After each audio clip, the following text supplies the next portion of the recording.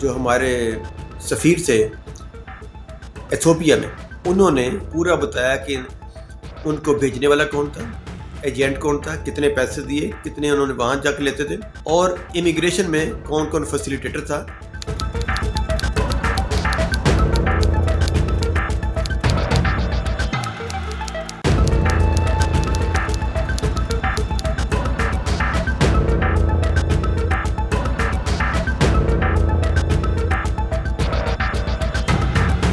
Saint committee میں کچھ ہفتہ دو ہفتے پہلے ایک رپورٹ پیش کی گئی اوورسیز پاکستانیز کی جو منسٹری ہے اس کی طرف سے، ڈپارٹمنٹ کی طرف سے، اور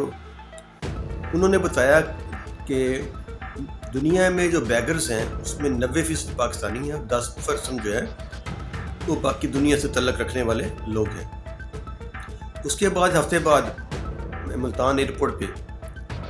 ایک 2-3 فیملی جو تھی وہ انٹرسیپٹ ہوئی اور ان کو روک لیا گیا۔ اب دیکھنا یہ ہے کہ کیا یہ یعنی سینٹ میں یہ رپورٹ پیش ہونے سے کے فوراً بعد یہ اتنے لوگ پکڑے گئے، اتنی فیملی پکڑی گئی، تو ابھی یکدم کیسے ان کو الہام ہوا کہ ابھی یہ آج فیملی جا رہی ہیں اور انہوں نے انٹرسیپٹ کر لی۔ پھر آگیا کہ جہاں جاتے کیسے ہیں، اگر وہ ایک فیملی کے 3-4 لوگ جا رہے ہیں تو آئیڈینٹیفائی ہوتا ہے کہ یہ ان کی کیپیسٹی نہیں ہے جانے کی، اور یہ کسی پروفیشن کے لیے جا رہے ہیں، یہ عمرہ کے لیے نہیں جا رہے ہیں، تو ان کو فوراً آف روٹ کر دیں۔ لیکن اگر ایف آئی امیگریشن میں بھی ان کا سیٹ اپ ہوگا، وہاں پہ ان کی لائن بنی ہوگی، تو پھر وہ امیگریشن والا جس کاؤنٹر پہ جائے گا، جو شفٹ میں جائے گا، اگر ان کے ساتھ لائن ان کی ہوگی تو وہ پھر ان کو روکیں گے نہیں، وہ چلے جائیں گے۔ ایک دفعہ ایسے بھی ہوا کہ جو ہمارے سفیر تھے ایتھوپیا میں، انہوں نے ایک باقاعدہ یعنی رابطہ کیا، بائی چانس میرے سے بھی رابطہ کیا، اور انہوں نے کچھ چیزیں بھیجی جو ڈی جی ایف اے کو لکھی، اس وقت جو ڈی جی تھے ان کو لکھی، اور انہوں نے ریکویسٹ کی کہ جی یہ لوگ ہیں، ان کو جو کمپلیٹ انہوں نے وہاں روکے، ان کے بیانات لیے، جو لوگ تھے بیکر تھے ان کے بیانات لیے، اور انہوں نے پورا بتایا کہ ان کو بھیجنے والا کون تھا، ایجنٹ کون تھا، کتنے پیسے دیے، کتنے انہوں نے وہاں جا کے لیتے تھے، اور امیگریشن میں کون کون فیسیلیٹیٹر تھا، اور انہوں نے سب کے نام لیے،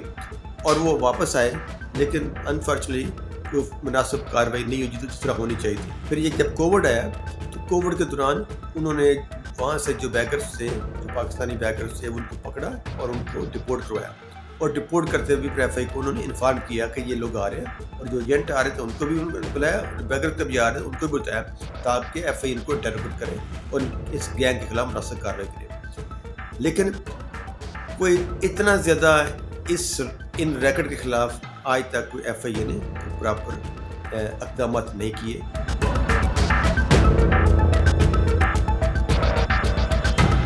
اگر پراپر قوانین نہ ہوں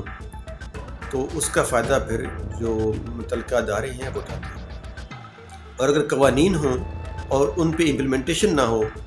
ان کا کوئی چیک اینڈ بیلنس نہ ہو، تو پھر بھی ایک راستہ کھل جاتا ہے اس سے نجائز فائدہ اٹھانے والا۔ اب اس میں 2-3 ڈپارٹمنٹس ہیں۔ سب سے پہلے جو رول آتا ہے وہ اوورسیز امپلائمنٹ جو بیورو ہے اس کا آتا ہے کہ وہ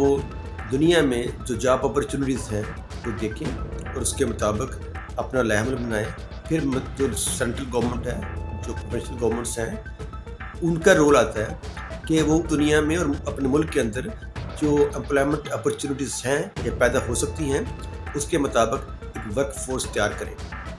اس کے لیے ٹریننگ انسٹیٹیوٹس ہیں کہ وہ پراپر ٹریننگ انسٹیٹیوٹس ہوں کہ ہمارے جو نوجوان ہیں وہ کمپیٹ کر سکیں اور جاب حاصل کر سکیں۔ اب یہاں پہ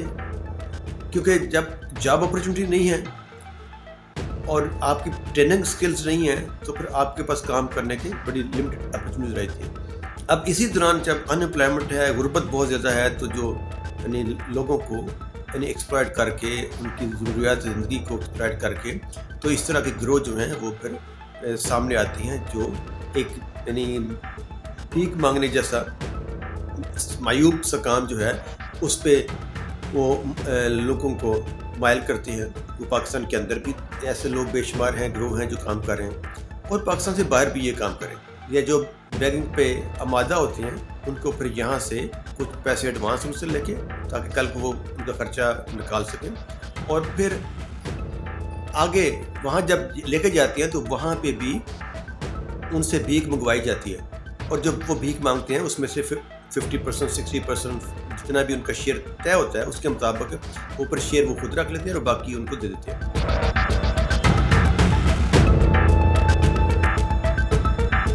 اب کیونکہ یہ بیگرز ہیں، کوئی پراپر پروفیشن تو ہے نہیں ہے، اس وجہ سے وہ سارے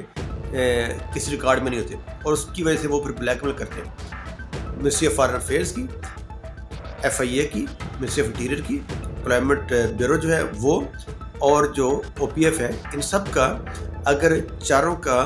آپس میں کوآرڈینیشن ہو۔ بہت سارے واقعات ایسے آئے ہیں کہ جن میں آئیڈینٹیفائی ہوئے ہیں، اگر باہر سے لوگ ڈپورٹ ہو رہے ہیں، جب ڈپورٹ ہو رہے ہیں پکڑے جاتے ہیں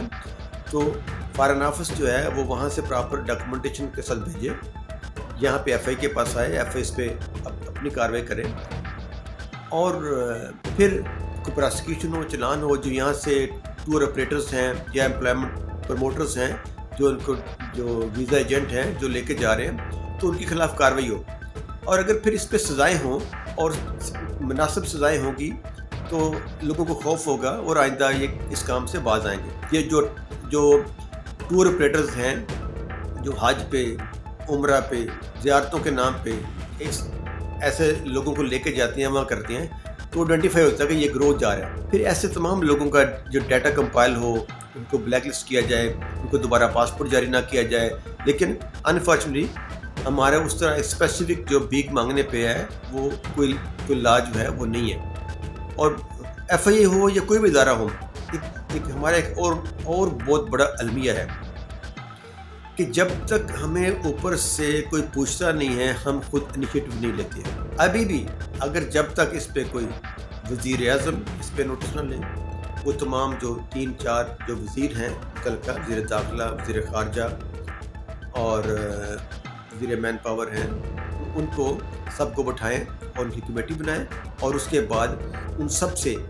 کوارٹرلی رپورٹ مانگیں۔ Thank you for watching the full video. آپ میں سے بہت سے ایسے لوگ ہیں جنہوں نے شاید ہمارا یوٹیوب چینل سبسکرائب نہیں کیا، so if you want to support independent journalism and watch more meaningful content, please subscribe to our YouTube channel.